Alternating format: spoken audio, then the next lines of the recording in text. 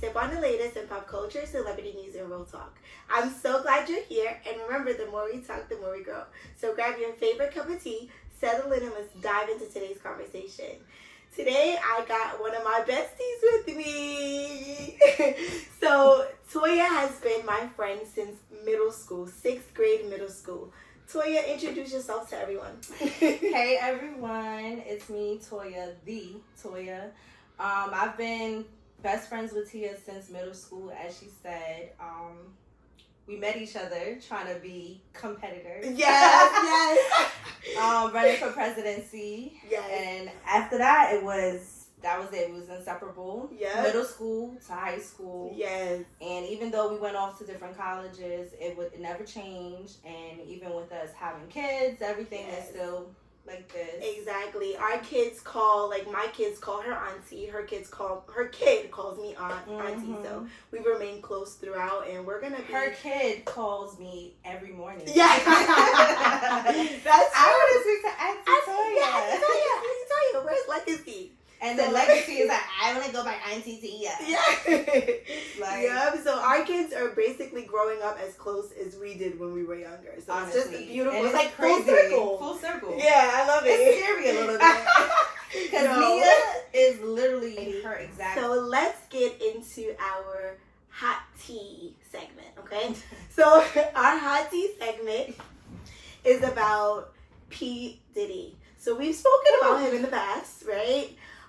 Now he's at the end of his trial, and tomorrow they're going to reach a verdict. So I just want to ask you, Toya, do you think he is going to walk away scot-free? What do you think? I think he should be held accountable for his actions. So I don't think he should be scot-free. But what was it, the racketeering? I think that is a little hard to prove. Right. But the other charges that they have so far for him, I feel there is enough evidence for it. But hey, that's me on the outside looking in. I'm not a lawyer. Right. But, I just see facts. Yes.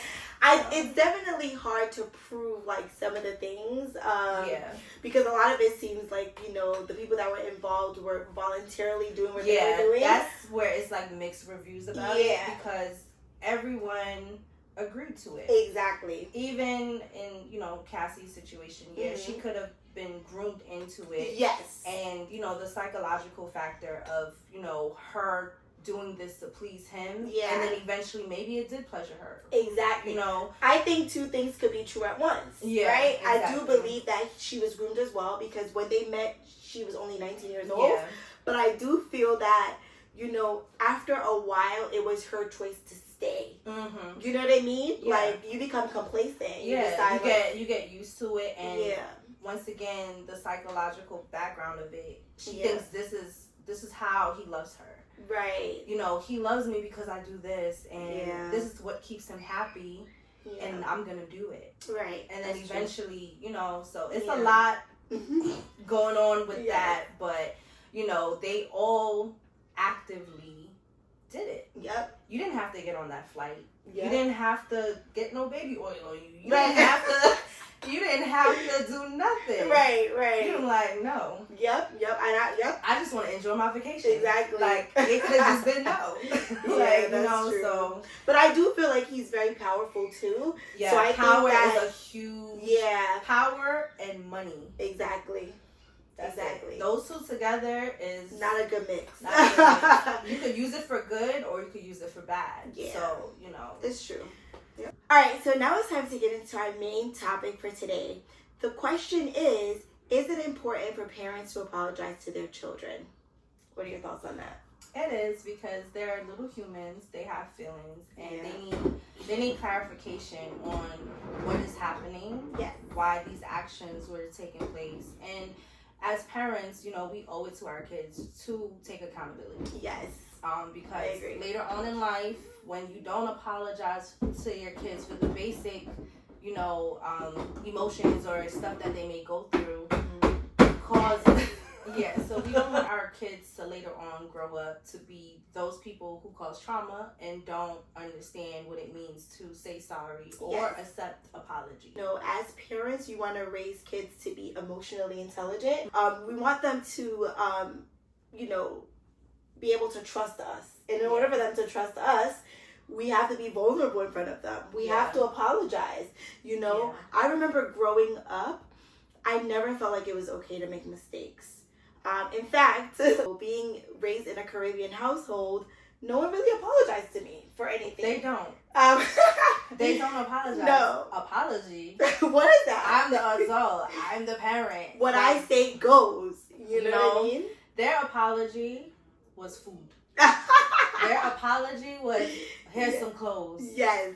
Apology, oh, you want to go outside? Oh, I'll buy you this. Yes. Like, it was never, you know what happened yesterday? It was never a sit-down conversation. Yeah. Where it's like, hey, what happened yesterday? I didn't mean to talk to you the way that I did, or use the words, because Caribbean, they don't care. Nope. They use all types of words. Yeah, it's so true. It's so true. They never think about how that made you feel, or how it affected you, right? Yeah. I just remember, I'm a teacher, and so I learned that it was okay to make mistakes as an adult in a classroom. Mm-hmm. I remember one day a student came up to me and was like, I forgot I did something, and the student was like, Ms. Edwards, it's okay to make mistakes. And when the kid said that, it's almost like I felt it through my soul, it did something to me, right? Yeah. Because in that sometimes moment, we need to hear it though. Of course. Even as adults, it's okay to make a mistake. Yeah. It's hard. We're not perfect. No, we're not. I thought I was perfect all throughout these years. A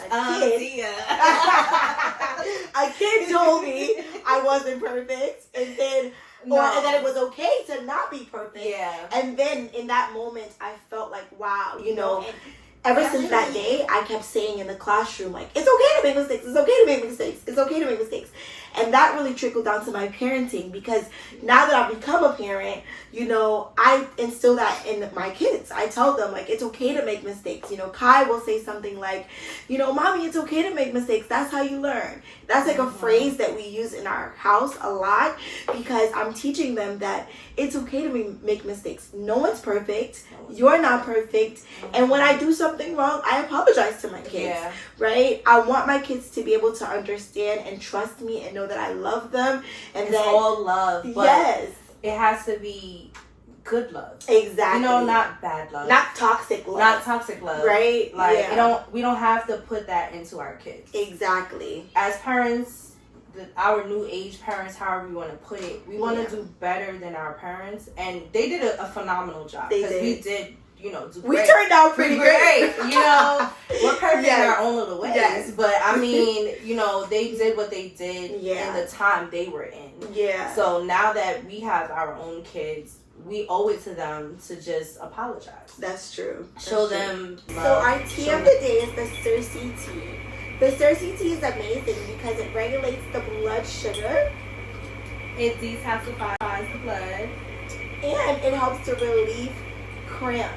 Alright? So make sure you go out and get some Cersei tea. Thank you for tuning into this episode of Tea with Tea.